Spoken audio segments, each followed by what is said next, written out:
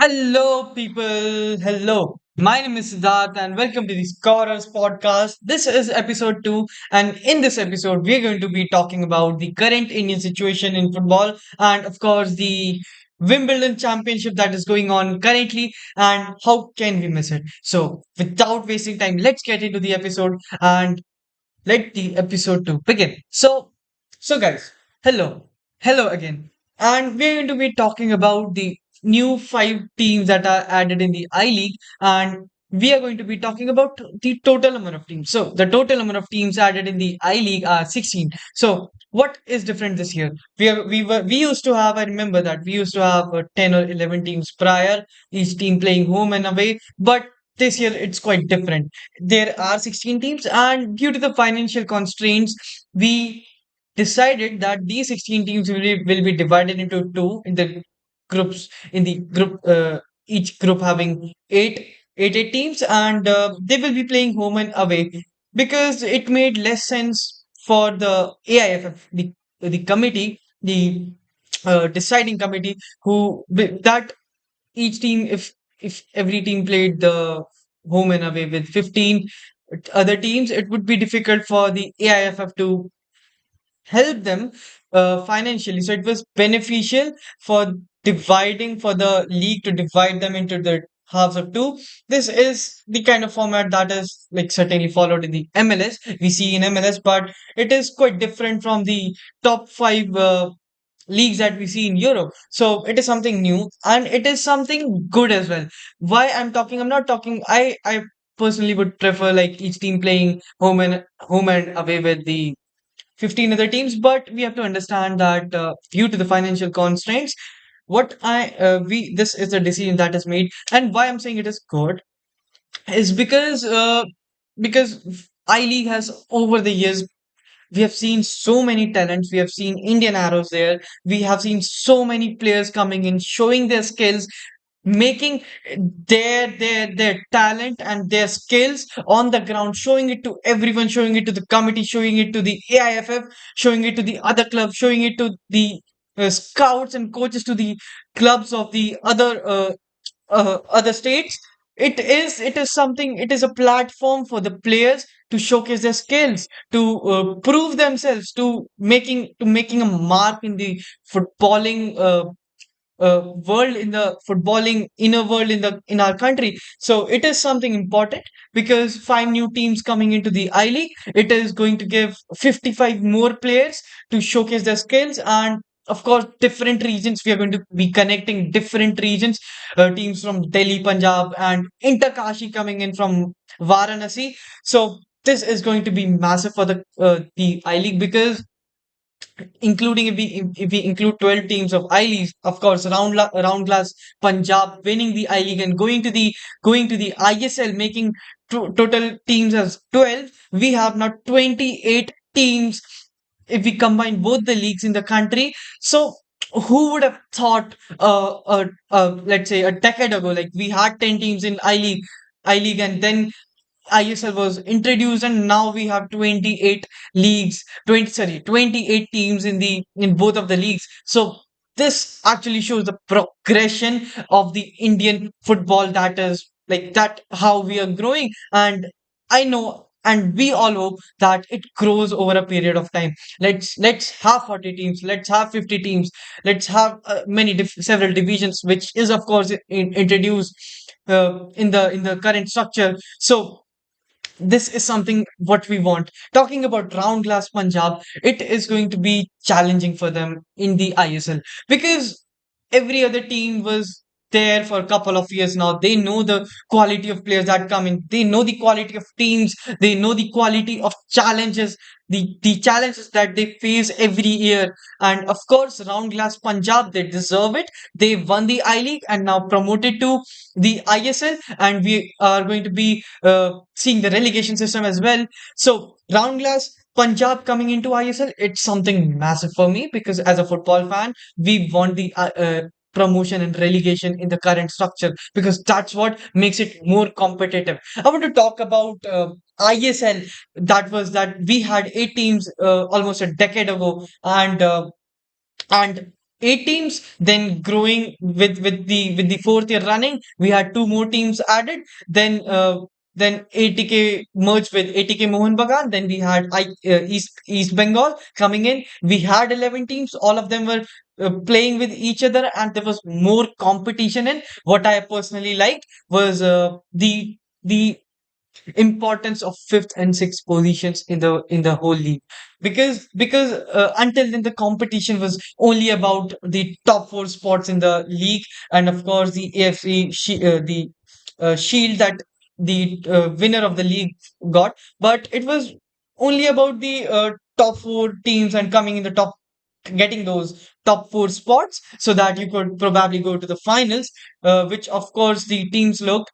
But this year, when the importance of fifth and sixth spots was given, it was seen that, and this is something I like, that until then there was no competition in the positions of the seventh, eighth, ninth position team in the league then, because by the mid of the season you almost got to know that which were the teams who were going to the top four. But now there was competition for the seventh, eighth, ninth position team as well, because there was possibility that even if you got sixth, there was possibility of getting to play the finals if you were really too good.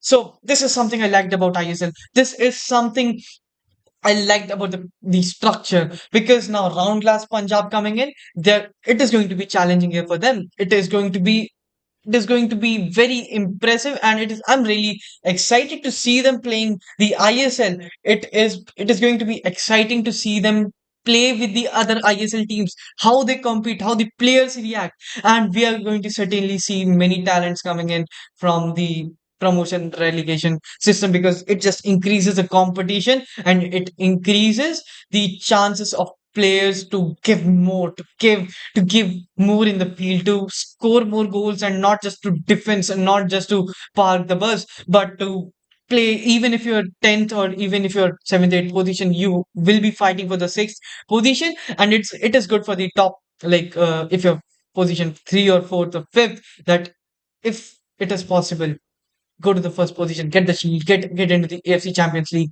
It is something important, and it will be really great if we see several teams coming in. Goa played it, Mumbai played it, and now I want other teams as well. I want to see ATK Mohan Bagan. I want to see Hyderabad getting the shield. So because Hyderabad has proved in the recent years when Marcus was their coach, so it is important, and it is something that I really like about the current structure. And there was also 54% increase in the financial budget from last year's budget in this year, from 87 crores to 134 crore. Man, this is something that is really impressed me, and this is a good hope that gives hope that okay, football is getting the attention. Football is something we are uh, going towards that mountain that we aim for. That is a probably the World Cup that we all as a football fan in India think of. But there are many battles to win. Prior that, AFC continuous AFC qualifying for AFC continuously, and making sure that Indian players react well, because Sunil Chetri has been doing it for the country for more than a decade, and now we want new faces who are going to take the lead. So this was for about football in this episode, and it is really great that we are seeing increase in the financial budget, and this is genuinely going to help. This is certainly going to help the country, the footballing bodies to perform, and we are going to see more and more from the structure as we progress in the period of years. So now talking about the Wimbledon championship that is going currently. Yesterday, Vondrousova defeated Jabber 6-4, 6-4, and won the first ever Wimbledon women singles title. And who would have thought of her winning the title? Because she was the unseeded player, and she won against consecutive the five seeded players, and defeated Jabbar. And it is something amazing, because a year ago she was a tourist in Wimbledon. She had a wrist fractured, and a year later, like she is a Wimbledon champion, and that what shows. And where did Jabbar lag? Where in the match? Because she was winning the first set 3-2. She was winning the second set as well 4-3. Where did she lag? Where did Vondrousova won the game? It was seen that Jabbar, as far as I saw the game, Jabbar was trying to be more clever. She was trying to be more precise, and she was trying to be more and more play with uh, cheerfulness, or sorry, that's not the right word. She was trying to be more clever with her shots, which, and she was also overpowering her shots, which made her like shots into the net, out of the line, and that's where she lost many of the points. It wasn't that she was playing bad, but it was her over trying, the over trying to play the shots, and over trying to playing them cleverfully. So that's why Vondrousova won, and Vondrousova was also playing it with simplicity. She was like, "I'm not going to try something new. I'm going to do the same things, and I'm going to try the same things again and again." And that's why Vondrousova won. But I just don't want to talk about Vondrousova in the Wimbledon Championship. I want to talk about Rohan Bopanna. He was partnered with Ebden, his Australian partner, who is 35 years old, and Rohan Bopanna being 43-year-old, representing our country. So it is something that is genuinely great at this prime level. In the professional level, in the Grand Slams, Rohan Bopanna representing the country is something massive for all the athletes. And when I see him playing, I get inspired. I see a hope for other players, like of course, you know what I mean to say, but I see that many athletes will be inspired if they just see Rohan Bopanna.